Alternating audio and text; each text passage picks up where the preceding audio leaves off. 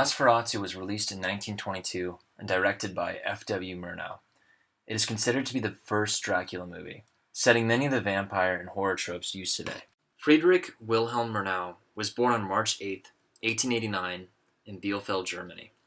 He was an avid reader, enjoying such works by Henrik Ibsen and William Shakespeare. While attending the University of Heidelberg, he met theater and film director Max Reinhardt, eventually joining his theater group. With the outbreak of World War I, Murnau served in the German army as an infantryman, and later as a pilot, surviving 7 plane crashes.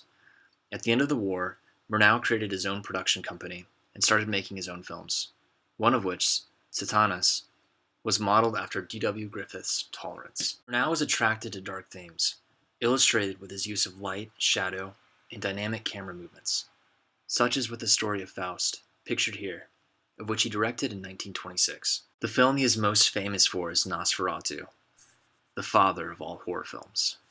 Technically, the first horror movie ever made was Le Manoir du Diable in 1896, but it was more of a spectacle, what would be considered horror today. That's where Nosferatu comes in. The film takes place in the fictional German city of Weisburg in 1838. The narrative is supported through journal entries, books, and letters, mainly following the activities of Thomas Hutter and his wife Ellen. The film conveys the characteristics of German Expressionism, a reaction to realism through extreme distortions and deep feelings that are hidden underneath the surface of reality. The style of acting in theater at the time was made up of wide gestures, postures, and passionate exclamations to express the feelings of the character in the most extreme way. Expressionism focused on the importance of mise en scène, the composition of scenography, costumes, actors, and lighting. The interpretation of the actors was willingly exasperated in order to relate to these elements.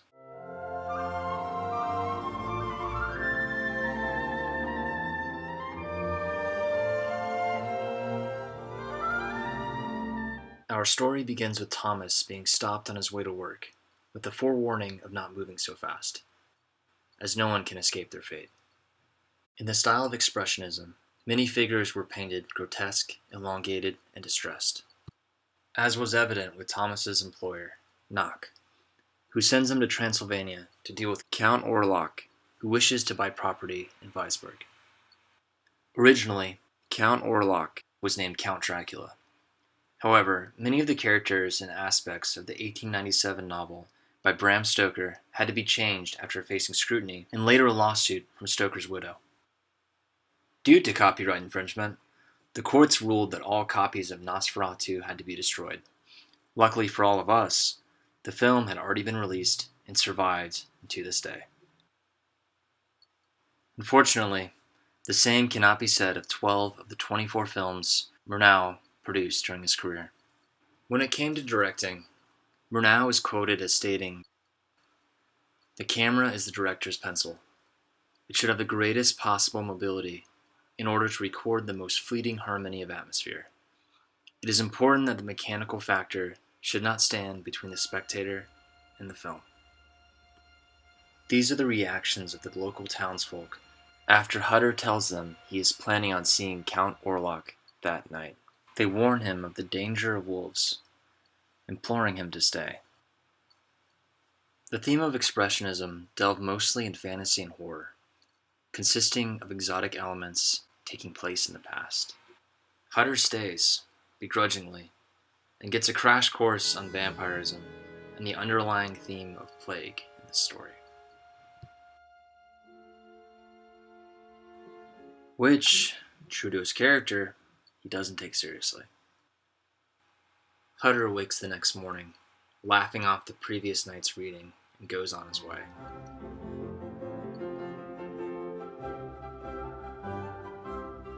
But as he travels further, his feelings of uneasiness increase, fearing the approaching darkness.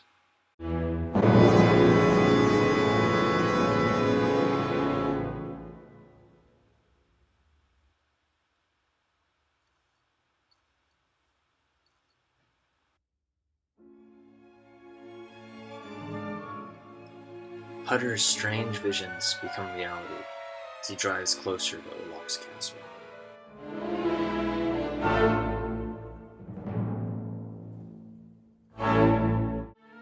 The fantastical elements of Expressionism are further explored as the doors seem to be opened magically, much to Hutter's surprise.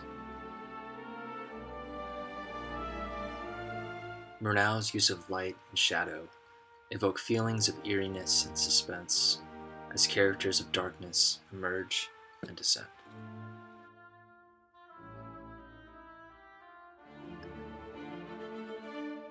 Upon letting Hutter in, Count Orlok tells him that all of his servants are asleep due to the late hour, in an effort to comfort him. The nervous Hutter cuts his thumb, immediately causing Orlok to respond with concern over Hutter and his precious blood. Count Orlok requests, somewhat persuasively, that they stay up a little while longer. The sunrise is still far off, and Orlok sleeps by day, completely dead to the world. Hutter staves off his nerves by writing a letter to Ellen, stating that all is well with his stay, aside from the 2 mosquito bites on his neck.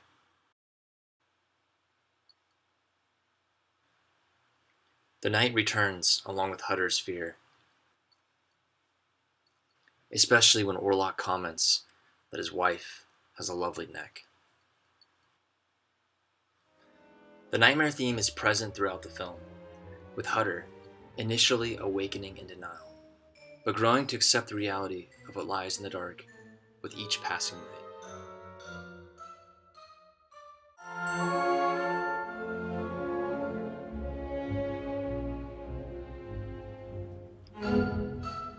In Bram Stoker's novel, Ellen's character, named Mina, shares a supernatural connection with Dracula after he feeds her his own blood.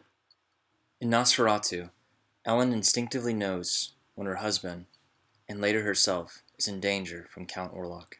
Hutter entrusted the care of his wife to his friend, a wealthy ship owner named Harding, and his sister. Her unknown illness is connected to the call of the deathbird, Nosferatu, spreading his wings.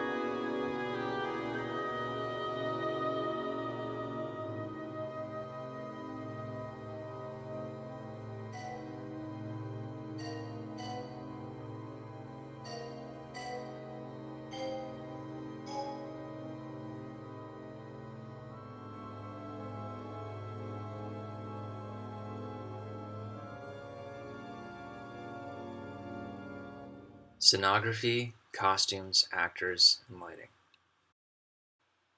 These elements of expressionism are prevalent in Hutter's discovery of Count Orlok in his coffin,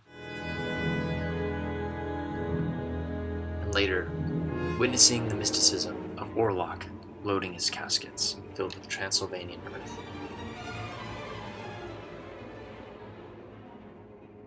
Ridden with plague and the source of his powers, Hutter escapes, faints, and then wakes up in a hospital, now accepting the reality of the nightmare. This is Professor Bulwer, the closest the film comes to resembling Abraham Van Helsing.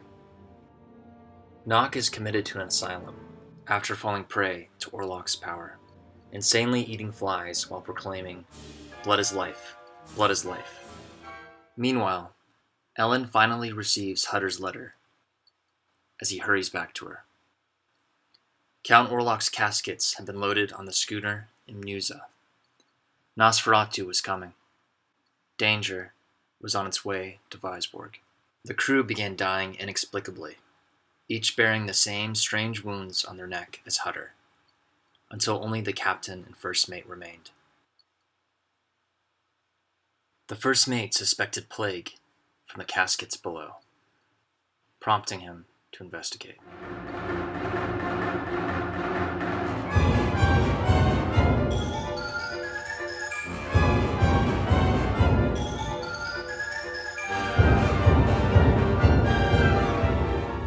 Murnau was an expert at building suspense and inciting fear through the use of theatrical entrances. Knock escapes, and Orlok arrives in the same spot Hutter first departed from. Hutter returns to Ellen, and the townspeople of Iceberg find the remains of the crew and read their logs, suspecting of plague. No doubt, the impact of the Spanish flu, only years prior, dwelled in Murnau's mind. Ignoring Hutter's caution against reading his book on vampires, Ellen discovers that ridding the evil of Nosferatu will only be possible by the sacrifice of an innocent maiden, as her blood will distract him from heeding the first crowing of the rooster. Looking for a scapegoat, the townspeople blame Knock for the deaths believed to be from plague. Knock and Orlok are clear examples of the distorted figures attributed to the antagonists of the horror genre, in contrast to the fair features of the protagonists, Thomas and Ellen Hutter.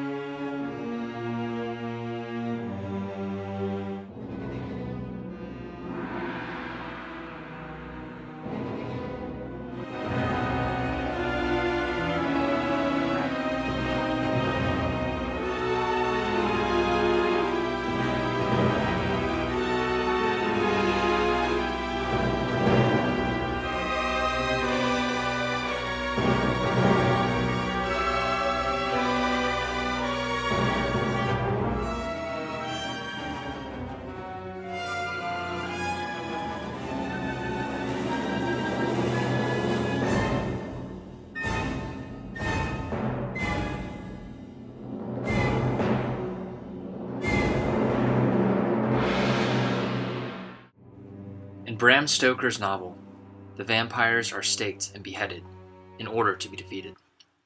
Sunlight does not destroy Dracula, but severely weakens his powers. Having Nosferatu die at dawn was Murnau's own poetic making. Unfortunately, Prana Film went bankrupt after Nosferatu, due to the legal disputes with Stoker's widow, and did not produce another horror film. The first film, titled Dracula, was released in 1931. With sound. Aren't you drinking? I never drink. Why? Bela Lugosi is the image most people associate with Dracula. Yet Nosferatu had captivated audiences. A German remake was released in 1979, followed by an Italian sequel in 1988. Many films have captured the look, feel, and legend of vampires that was established and further revolutionized in this historical film. Nosferatu, a symphony of horror.